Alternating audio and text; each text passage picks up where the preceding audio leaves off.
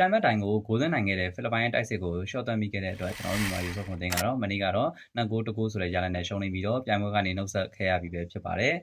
ဒီလိုနေထားမှာကျွန်တော်မြန်မာယူဆခွန်အကြောင်းပေါ့နော်ကျွန်တော်တို့ပြောစရာတွေအများကြီးရှိခဲ့တယ်ဘာလို့လဲဆိုတော့ကျွန်တော်မြန်မာယူဆခွန်တင်ကဒီခံစစ်ကောင်းလဲဆိုပြီးတော့ကျွန်တော်တို့ဒီသတ်မှတ်ထားတဲ့အသင်းပေါ့နော်ဒါပေမဲ့မနေ့ကပွဲမှာကျွန်တော်တို့က2ဂိုးပေးလိုက်ရတယ်ပေါ့နော်ကျွန်တော်ခံစစ်အမှားကနေ2ဂိုးပေးခဲ့ရတယ်ပြီးသွားရင်ကျွန်တော်တို့နောက်ပြဿနာတစ်ခုကကျွန်တော်တို့မြန်မာယူဆခွန်အသင်းရဲ့တိုက်စစ်ပေါ့နော်တိုက်စစ်ပိုင်းအရင်အားနေပါတယ်ကျွန်တော်တို့ဒီဂိုးရှိမှာအပိုင်ခွင့်ရေးတွေရခဲ့တယ်ပေါ့နော်အဲ့ဒါတွေလည်းကျွန်တော်တို့ဒီဂိုးဖြစ်ပြောင်းလဲနိုင်ဆိုတာမရှိခဲ့ဘူးပေါ့နော်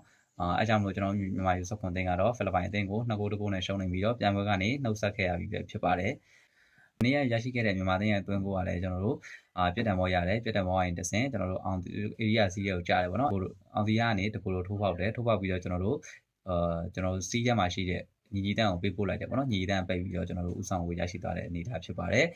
ပြောမှဆိုရင်မြန်မာအသင်းကကျတော့ကျွန်တော်တို့ open play ကနေဂိုးမရရှိခဲ့ဘူးပေါ့နော်ဒီပြိုင်ပွဲတစ်လျှောက်မှာပေါ့နော်ကျွန်တော်တို့ထိုင်းအောင်ရရှိခဲ့တဲ့ဂိုးကလည်းကျွန်တော်တို့ဒီတေကန်ဘောကနေရရှိခဲ့တယ်ပေါ့နော်ထိုင်းအောင်လည်းကျွန်တော်တို့ထောင်းငံဘောကနေရရှိခဲ့တဲ့ဂိုးဖြစ်တယ်ဒီပွဲမှာလည်းကျွန်တော်တို့ရရှိခဲ့တဲ့ဂိုးကလည်းဒီလိုပုံစံမျိုးပဲပေါ့နော်ပြောမယ်ဆိုရင် open play ကနေဂိုးမသွင်းတဲ့ပြဿနာကတော့ကျွန်တော်တို့အဓိကဖြေရှင်းရမယ့်ပြဿနာဖြစ်သွားပြီပေါ့နော်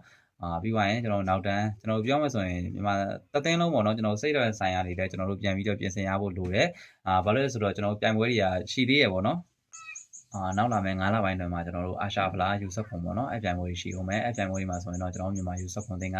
ကျွန်တော်ဒီအာဆီယံ level အသင်းတွေနဲ့မဟုတ်ဘူးပေါ့နော်ကြားအောင်နေတဲ့အသင်းတွေကကျွန်တော်တို့ Saudi Arabia ပါမယ်ပေါ့နော်ပြီးသွားရင်ကျွန်တော်တို့ Tajikistan ရှိမယ်ပြီးရင်ထိုင်းရှိမယ်ပြီးရင်မြန်မာရှိမယ်ပေါ့နော်ဒီအသင်းတွေကဒီအာရှအဆင့်အသင်းတွေဖြစ်တဲ့အတွက်ကျွန်တော်တို့ဒီအမားတွေကိုကျွန်တော်တို့မပြင်ဆင်နိုင်ခဲ့ဘူးဆိုရင်တော့ကျွန်တော်တို့အပြိုင်ပွဲမှာကျွန်တော်တို့ဘာမှမျှော်လင့်လို့ရမှာမဟုတ်ဘူးပေါ့နော်အဲကြောင့်မလို့ကျွန်တော်တို့ဒီပြိုင်ပွဲမှာတွေ့ခဲ့တဲ့အမှားတွေကျွန်တော်တို့တိုက်စစ်အမှားခန့်စစ်အမှားပြီးရင်စိတ်တဲ့ဘက်ဆိုင်ရာတွေပေါ့နော်ပြီးရင်ဒီပြအုပ်ချုပ်သူအဖွဲ့တွေရဲ့ဒီအမှားတွေအကုန်လုံးပေါ့ကျွန်တော်တို့ပြင်ဆင်ပြီးတော့ဒီပြိုင်ပွဲကိုသွားဖို့လိုအပ်နေတာလည်းဖြစ်ပါတယ်ပေါ့နော်အဲ့ဒါဆိုရင်တော့ကျွန်တော်အခုတင်ဆက်ပေးတဲ့အကြောင်းအရာကတော့ကျွန်တော်တို့အုပ်စုကနေပြောခဲ့တဲ့မြန်မာယူဆခွန်သင်းရဲ့ဒီအမှားတွေပေါ့နော်အဲအကြောင်းအရာတွေကိုကျွန်တော်တင်ဆက်ပေးရတာဖြစ်ပါတယ်အားပေးကြည့်ရှုခဲ့တဲ့ပရိသတ်တွေအားလုံးကိုလည်းကျေးဇူးတင်ပါတယ်နောက်ဗီဒီယိုတွေမှာကျွန်တော်ပြန်လည်ဆုံတွေ့ကြပါမယ်နော်